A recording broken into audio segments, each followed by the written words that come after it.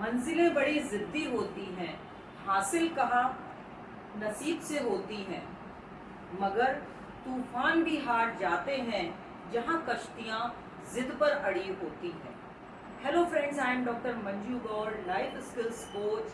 आज प्रयास से परिवर्तन में मैं आपके सामने एक ऐसी शख्सियत को पेश कर रही हूँ जो किसी पहचान की मोहताज नहीं है। जी हाँ दोस्तों, मैं बात कर रही हूँ आज डॉक्टर अविनेश शर्मा जी से, जो अलीगढ़ शहर की जानी मानी महिला चिकित्सक हैं। नमस्कार डॉक्टर साहब, और मेरे चैनल पर आपका बहुत बहुत स्वागत, वंदन और अभिनंदन। बहुत समय से आप अपने इस चिकित्सा के क्षेत्र के साथ साथ सामाजिक सेवा भी कर रही हैं, जैसे मैंने सुना। तो आज सबसे पहले तो मैं आपको ये डॉक्टर्स डे पे बधाई देना चाहूँगी कि आपने जो ये प्रोफेशन चुना है वो सचमुच सामाजिक सरोकार का प्रोफेशन है। और ऐसा मैंने आपके विषय में सुना कि अभी हमारे यशस्वी प्रधानमंत्री बेटी बचाओ बेटी पढ़ाओ को का जोर बहुत ज़्यादा देते हैं। तो मैंने जब आपके बारे में सुना कि आप कुछ लड़कियों को भी पढ़ाने के लिए आगे आई हैं और काफ़ी समय से उनकी कुछ फीस देती हैं और उनको आगे बढ़ा रही हैं, तो सबसे पहले तो उसके विषय में बताइए। कोशिश करते हैं अपनी तरफ से थोड़ा सा हमारा भी योगदान हो इन सारे समाज के बदलाव में, और कुछ हमारा कभी कोई तो याद रखेगा कि किसी ने हमारी मदद की थी, इसलिए थोड़ा बहुत जितना बन पड़ता है उतना करते हैं। और ये कुछ ऐसा काम नहीं है जिसके लिए हम इसको किसी को अपने आप को बताएं कि हम ये कर रहे हैं, हम वो कर रहे हैं। यदि व्यक्ति आता है अपनी मदद के लिए, उसकी मदद करना हमारा काम है। इंसान है, इंसानियत के नाते भी बहुत सारे काम होते हैं। इसी तरह बच्चियों को पढ़ाने में थोड़ा सा मुझे अपनी आत्मसंतुष्टि मिलती है। मुझे लगता है कि निरक्षर कोई ना रहे, उसे कम से कम इतना तो आना चाहिए कि मेरे अधिकार क्या है, मुझे किस लिए लड़ना है, मुझे क्या करना है, और कोई मुझे मेरा गलत यूज़ ना कर सके। इसलिए मेरी कोशिश यही रहती है कि मैं उनकी पढ़ाई में कुछ मदद कर सकूँ। तो इसका मतलब ये हुआ कि आप स्वयं महिला हैं और वुमेन एम्पावरमेंट के लिए आप प्रयास कर रही हैं। डॉक्टर साहब, ये बताइए कि ये डॉक्टर बनने का आपका खुद का सपना था या आपके पेरेंट्स ने फोर्स किया कि आप पढ़ाई में अच्छी हैं तो भाई डॉक्टर बन जाओ? कोर्स तो कोई कर नहीं सकता किसी को। डॉक्टर बनना एक किस्मत की बात है कि किस्मत से डॉक्टर बन गए। चाहा भी नहीं था कि डॉक्टर बने, चाहा तो ये था कि बीटेक करें और इंजीनियर बने। लेकिन हम लोग रहते थे बदायूं में, वहाँ पर इंटरमीडिएट में मैथ्स नहीं था लड़कियों के लिए। बायोलॉजी का भी एक ही कॉलेज था, तो कंपल्सरी बायोलॉजी ही लेनी पड़ी। और फिर उसके बाद पीएमटी देना पड़ा। साथ साथ पीएमटी के लिए तैयारी की, मैथ्स प्राइवेटली हमने क्लियर किया, कोशिश की कि बीटेक के लिए देंगे, लेकिन उससे पहले यहाँ सिलेक्शन हो गया तो फिर बीटेक रह गया, वो पीछे दबा हुआ सपनों में।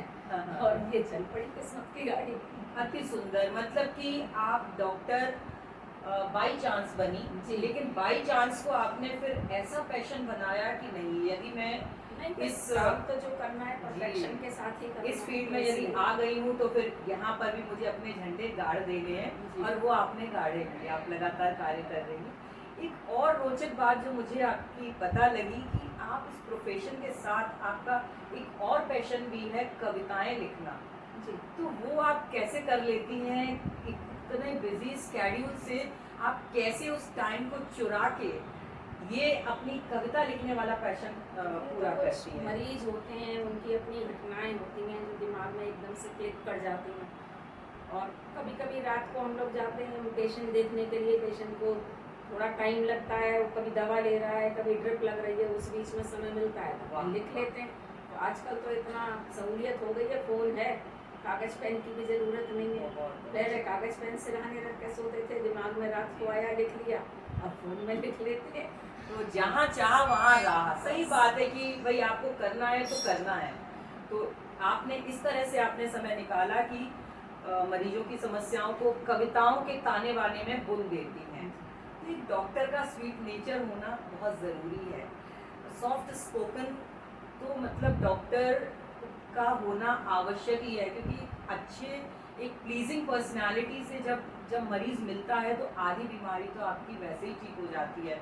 और ये बात बिल्कुल सही है, मैं आपसे फर्स्ट टाइम मिल रही हूँ, सिर्फ आपका नाम सुना था, जिस तरह से आपने हमें रिसीव किया, जिस तरह से प्यार दिया, इस बात से साबित होता है कि आप अपने मरीजों को इसी तरह से संभाल रही हैं, तो बहुत अच्छा लगता है। लेकिन अभी मैं चाहूँगी कि आप अपनी कविता की कुछ पंक्तियाँ, क्योंकि फ़ोन आप रखती हैं और निश्चित तौर पर आपके इस फ़ोन में आपने कुछ ना कुछ कविताएं लिख के ज़रूर रखी होंगी, सब इसी में ही है, तो सारा फ़ोन खजाना इसी में। फ़ोन देखिए और प्लीज़ ज़रूर थोड़ी सी कविता की कुछ लाइनें मुझे सुनाइए।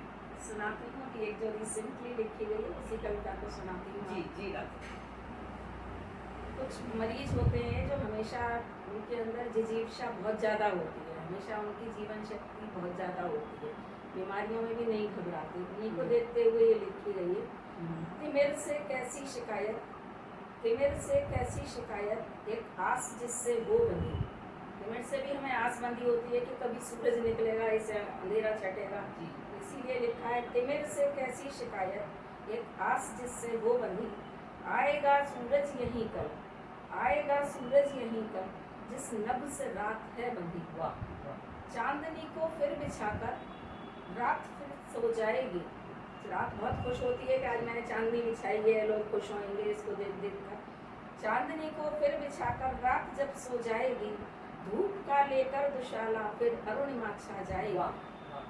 फिर खिलखिलाती भोर आकर तन को यूं छू जाएगी, और पागल नयन आभा पलकों में खिल जाएगी। स्वप्न बनकर वाष्प उड़ते, स्वप्न बनकर वाष्प उड़ते, बादलों से जा मिले, धड़कनों के स्वर सदा से सांसों में अटके मिले। जो आखिरी सांसें गिनता है आदमी, उसकी सारी धड़कनें उन सांसों में ही अटकी हुई होती हैं, पता नहीं किसे देखने के लिए आंखें खुली हुई होती हैं।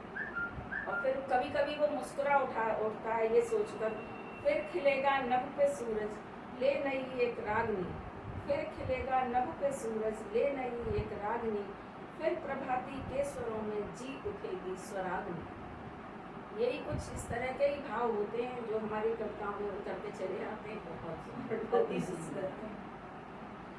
सबसे बड़ी तो इस कविता का जो ताना बाना होना है वो तो अति सुंदर है ही, लेकिन आपका जो शब्दों का चयन है वो तो किसी एक बहुत अच्छे हिंदी के एक्सपर्ट की तरह से आपने जो ये शब्द चुने हैं, वाकई इससे पता लगता है कि आप लगातार पढ़ते लिखती हैं, अपने इस प्रोफेशन के साथ आप मुझे साहित्य पढ़ती हैं। हिंदी को ज़्यादा पढ़ना चाहिए, मुझे हिंदी को प्राथमिकता देनी चाहिए हम लोगों को, क्योंकि हमारी मातृभाषा तो हिंदी है। उसके शब्दों को लोग आजकल मिक्स्ड लैंग्वेज बोलते हैं, लेकिन हिंदी के कुछ कठिन शब्दों को जानते ही नहीं है, नहीं जानते, उनको उसके बारे में कुछ पता ही नहीं होता। अगर किसी से पूछो विश्लेषण क्या है तो वो आगे पीछे देखते हैं और एनालिसिस के नाम पे सब बोलते हैं। तो इसीलिए हिंदी को मुझे लगता है कि हिंदी को हम ही लोग स्ट्रॉन्ग कर सकते हैं। बहुत ही सुंदर विचार। देखिए कितनी चीज़ें आई, अपने देश के लिए काम करना, अपनी भाषा के लिए काम करना, अपनी लड़कियों के लिए काम करना, समाज के लिए काम करना। कुछ पंक्तियाँ और महिला से संबंधित उसमें लिखा है, मैं लिखूं किस्मत सभी की जो भी मुझसे जुड़ गया, मैं लिखूं किस्मत सभी की जो भी मुझसे जुड़ गया, मैं नहीं अबला निरी क्यों ये विशेषण जुड़ गया। जब सभी कुछ आधा था, जब सभी कुछ आधा था, इस सृष्टि की पतवार में क्यों विभूषित कर दिया दैवीय शक्ति के संचार से। मैंने कब मांगा था आरक्षण, मैंने कब मांगा था आरक्षण, इस जीवन की राहों में क्यों दिया घूंघट और कंगन इन बलशाली बाहों। वाह, एक बार नहीं 100 बार कटा मैंने उठाई इन हाथों में, पर हिना का रंग केवल अच्छा लगा तुम्हें इन हाथों में। है गर्व मुझे मैं नारी हूँ, है गर्व मुझे मैं नारी हूँ, जीवन की जिम्मेदारी हूँ, हर दिवस मेरा ही अपना है, क्यों महिला दिवस में प्यारी हूँ।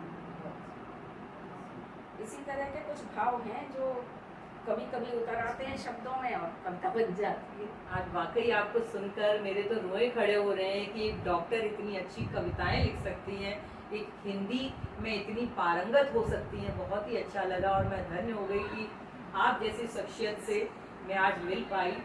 एक अंतिम प्रश्न, क्योंकि मेरा ये चैनल यंगस्टर्स के लिए भी है, युवाओं के लिए भी है, और वो भटकते रहते हैं, फोकस नहीं कर पाते हैं।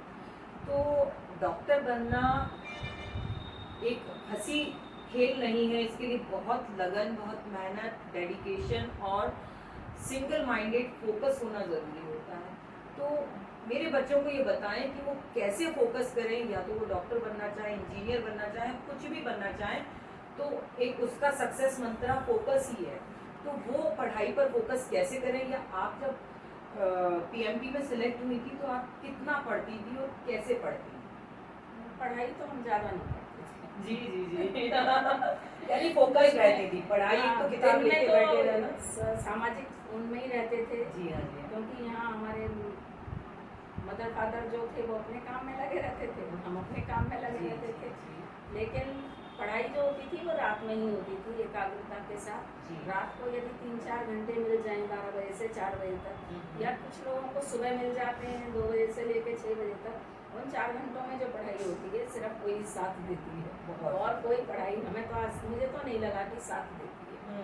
दिन में आप सारे दिन किताब रख के बैठे रहो, उससे काम नहीं चलता। नहीं। और फिर दिन भर तो हमें इसलिए मिला है कि हम बाकी लोगों से मिलें जुलें, उनके अनुभव लें। रात में अपने उन सबको इकट्ठा करके, अभी भी आज जब मैं रात को सोती हूँ तो सारे दिन का अपना विश्लेषण करती हूँ कि मैंने कितना गलत किसी को बोला, या किसी ने मुझसे क्या कहा, अब मुझे आगे अपना कल क्या करना है। ये सब बहुत ही चीज़ें अच्छा। रात में डिसाइड हो जाती हैं।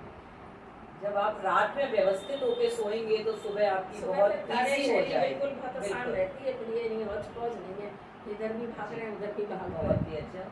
तो प्रोडक्टिव टाइम जो है आपका वो हमेशा रहा नाइट सुबह में रात को 12 से सुबह 12 से 4 4 बजे तक, बिल्कुल शांत, आप और आपकी किताबें और कोई दूसरा नहीं। तो डॉक्टर साहब बहुत ही अच्छा लगा आपसे बात करके, और मन तो कर रहा है कि और बात करते रहे, लेकिन आपका भी समय बहुत कीमती है। एक बार फिर मैं अपनी तरफ से और अपने सभी दर्शकों की ओर से आपको डॉक्टर्स डे की बहुत बहुत बधाई और शुभकामनाएं देती हूँ कि आप दूसरों को स्वस्थ बना रही हैं, लेकिन आप भी अपनी तबीयत का सब ख्याल रखते स्वस्थ रहें, आप भी सब स्वस्थ स्वस्थ रहें रहेंगे। और इस समाज को भी स्वस्थ बनाएं। खास तौर पर एक अंत में लाइन यही ज़रूर कहूँगी कि जिस तरह से आपने महिला सशक्तिकरण पर जो कविताएं जो लिखती हैं आप, वो वाकई काबिले तारीफ है। तो आपका मेरे चैनल पर समय देने के लिए बहुत बहुत धन्यवाद, शुक्रिया, थैंक यू।